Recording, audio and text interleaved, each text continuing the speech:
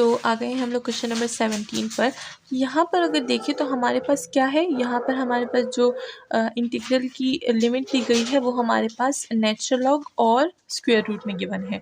और अगर हम देखें तो यहाँ पर हमें 2x ई दिया गया है, e की पावर x है, ठीक है, और x पे भी हमें एक स्क्वायर दिया गया है, यानी पावर पे पावर और पावर पे एक और पावर, ठीक है, यानी हमें 3 पावर दी गई है यहाँ पर। तो सोल्यूशन स्टार्ट करते हैं।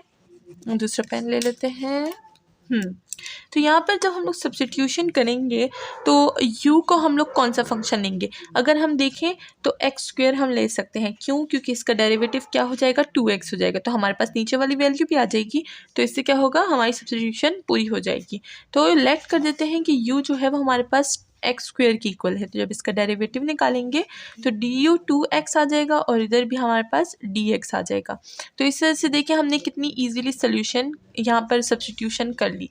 अब अगर देखें तो हमारे पास लिमिट भी गिवन है, तो u में सबसे पहले हम लोग ये जो इक्वेशन नंबर स्टार है इसमें सबसे पहले पुट करेंगे, हमारे पास x है 0, ठीक है ना, तो 0 पुट कर देंगे, तो 0 पुट करेंगे तो हमारे पास 0 आ जाएगा। तो यहाँ पर हमारे पास 0 का 0 ही रहेगा, तो यहाँ पर 0 का 0 लिख देते हैं। अच्छा, यहाँ पर सब्स्टिट्यूशन कर लेते हैं, तो हमारे पास e की पावर पे क्या आ जाएगा, u आ जाएगा और du आ जाएगा।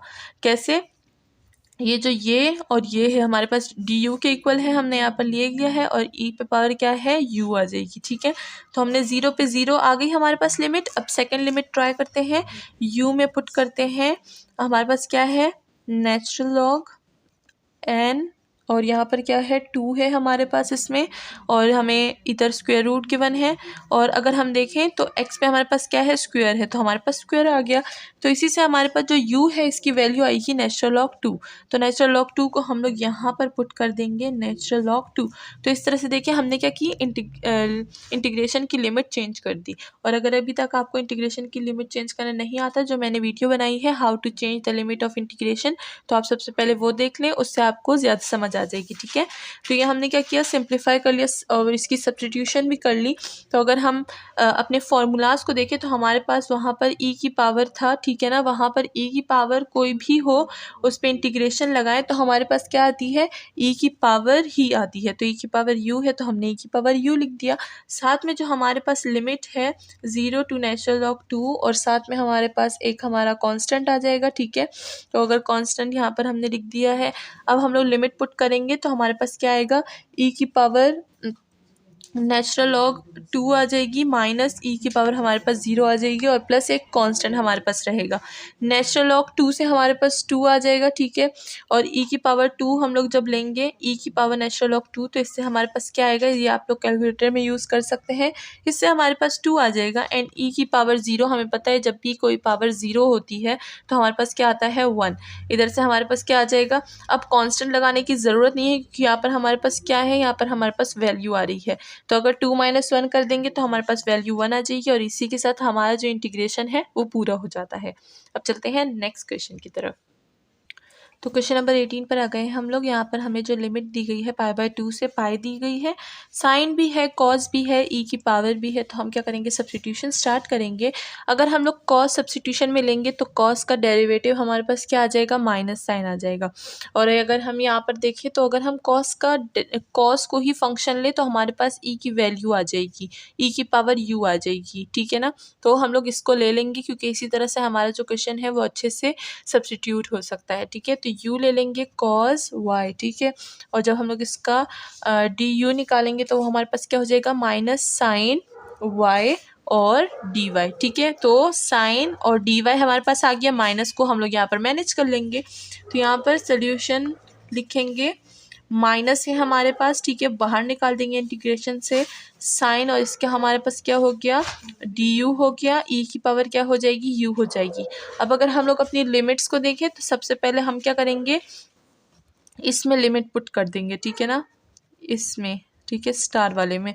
तो सबसे पहले π/2 पुट करेंगे, तो u जब हमारे पास cos π/2 आता है तो वो हमें क्या देता है, वो हमें देता है 0। और जब हम लोग पाई को पुट कर देंगे, ठीक है ना, तो हमारे पास क्या आएगा, cos पाई से हमारे पास आता है -1, ठीक है।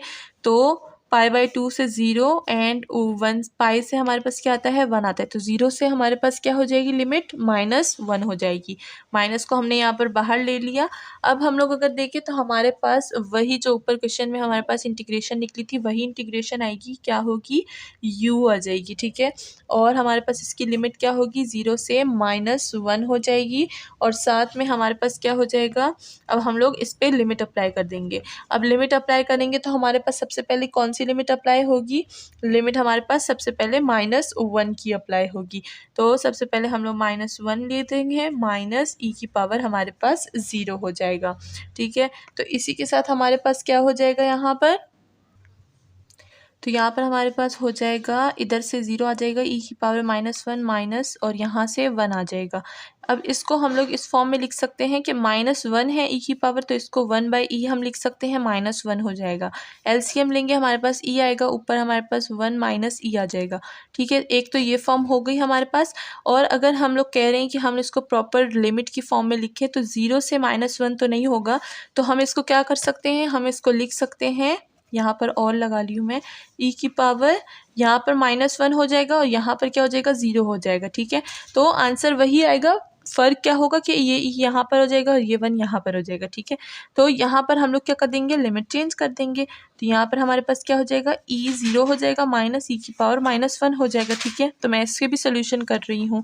तो ये हमारे पास हो गया। अब इसको भी हम लोग इस फॉर्म में लिख सकते हैं और 1/e, इसका हम लोग एलसीएम लेंगे तो e और 1 माइनस e -1 आ जाएगा, ठीक है। तो ये हमारे पास 2 फॉर्म आ गए हमारे इंटीग्रेशन के। अब चलते हैं नेक्स्ट क्वेश्चन की तरफ। बहुत ही इजी फंक्शन है हमारे पास। यहाँ पर क्या होगा, सब्स्टिट्यूशन के लिए हम लोग u ले लेंगे टेंजेंट को, ठीक है ना। यहाँ पर हमारे पास टेंजेंट भी है, सीकन भी है। तो टेंजेंट का हमारे पास डेरिवेटिव क्या होता है, सीकन होता है। तो ये बहुत ही ज़्यादा सिंपल हो जाता है। तो हम लोग u को क्या ले लेंगे, टेंजेंट v ले लेंगे। इसका जब हम लोग फर्स्ट डेरिवेटिव निकालेंगे तो du आ जाएगा। टेंजेंट का डेरिवेटिव आपको याद होना चाहिए, जो कि हमारे पास सीकन स्क्वायर आता है, ठीक है। तो सीकन स्क्वायर हमारे पास आ गया, v और dv यहाँ पर आ गया। इसी के साथ हमारी जो सब्स्टिट्यूशन है बस इतनी है, ख़त्म हो गई, समझे। यहाँ पर क्या हो जाएगा, हम लोग इन सारी वैल्यूज़ को यहाँ पर सब्स्टिट्यूट कर देंगे। e की पावर क्या हो जाएगी u, एंड इधर से हमारे पास क्या आ जाएगा, du आ जाएगा। यहाँ पर कोई लिमिट नहीं है, तो जब लिमिट नहीं होती तो हम लोग कोई लिमिट चेंज भी नहीं कर सकते, ज़ाहिर सी बात है। तो ये हमारे पास क्या हो गया, हमारे पास इंटीग्रेशन हो गया। अब हमें पता है कि जो e की पावर u होता है इसका इंटीग्रेशन क्या होता है, e की पावर u ही होता है, प्लस एक कांस्टेंट लगा देंगे। इसी के साथ u को अगेन सब्स्टिट्यूट कर देंगे। हमारे पास u क्या था, वो था टेंजेंट v प्लस कांस्टेंट, और हमारी सोल्यूशन हो गई। अब चलते हैं क्वेश्चन नंबर 20 की तरफ। तो क्वेश्चन नंबर 20 में हमारे पास e की power square root t given है, ठीक है। तो हम लोग क्या करेंगे, इससे सब्स्टिट्यूशन स्टार्ट करेंगे। यहाँ पर हमारे पास कोई लिमिट नहीं है तो ये इजी होगा। u ले लेंगे हम लोग, वो क्या होगा, स्क्वायर रूट t हो जाएगा। जब इसका du लेंगे तो हमारे पास क्या हो जाएगा, हमें पता है जब भी स्क्वायर रूट होते हैं तो हमारे पास क्या आ जाता है, हमारे पास आ जाता है 1/2, एंड ये हमारे पास नीचे आ जाता है और इधर dt भी आ जाएगा, सही है। तो ये हमारी क्या हो गई, इसका हमने फर्स्ट डेरिवेटिव निकाल दिया, डेरिवेटिव निकाल दिया। बट अगर देखें यहाँ पर हमारे पास 2 नहीं है तो हम क्या करेंगे, 2 को ट्रांसफ़र कर देंगे। तो हमारे पास आ जाएगा 2 du और 1 और स्क्वायर रूट t, और हमारे पास आ जाएगा dt। तो इसको हम यहाँ पर सब्स्टिट्यूट कर सकते हैं इजीली। हमारे पास जो 2, सबसे पहले e की पावर हमारे पास क्या हो जाएगी, वो हो जाएगी u। अब dt बाई ये हमारे पास क्या होगा, वो होगा 2 du। अब 2 पे तो इंटीग्रेशन अप्लाई नहीं हो सकती, तो 2 को इंटीग्रेशन के बाहर निकाल देंगे। तो यहाँ पर हमारे पास e की पावर u हो जाएगा और du हो जाएगा। और हमें पता है कि e की पावर u का जो इंटीग्रेशन होता है वो क्या होता है, वो होता है e की पावर u प्लस कांस्टेंट। तो हमने ये यहाँ पर लिख दिया है, साथ में 2 भी आ गया है। अब अगर हम देखें तो u हमने क्या लिया था, हमने लिया था स्क्वायर रूट t। तो वापस से सब्स्टिट्यूट कर देंगे और हमारे पास e की पावर आ जाएगी स्क्वायर रूट t प्लस एक कांस्टेंट, और इसी के साथ हमारा जो है वो सोल्यूशन हो गया है। अब चलते हैं नेक्स्ट क्वेश्चन की तरफ।